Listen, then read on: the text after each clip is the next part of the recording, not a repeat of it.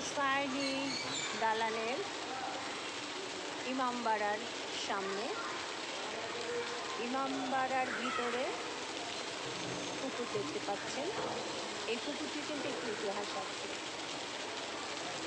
এই পুকুরটি অষ্টাদশ শতাব্দীর দিকে নায়েবিন আবিন জিসারত খান এই পুকুরটি খনন করেন এবং সেই সময় এই পুকুরটি অনেক গভীর ছিল এবং মহরমের সময় এই যে বড় যে ইমামবাড়ার উপরে যে বড় গম্বুজ দেখছেন, এই গম্বুজের উপর থেকে লাফ দিয়ে এক একজন এর ভিতরে করতো এবং গোসল করতো। অপূর্ব সুন্দর লাগতো সেই সব দৃশ্য।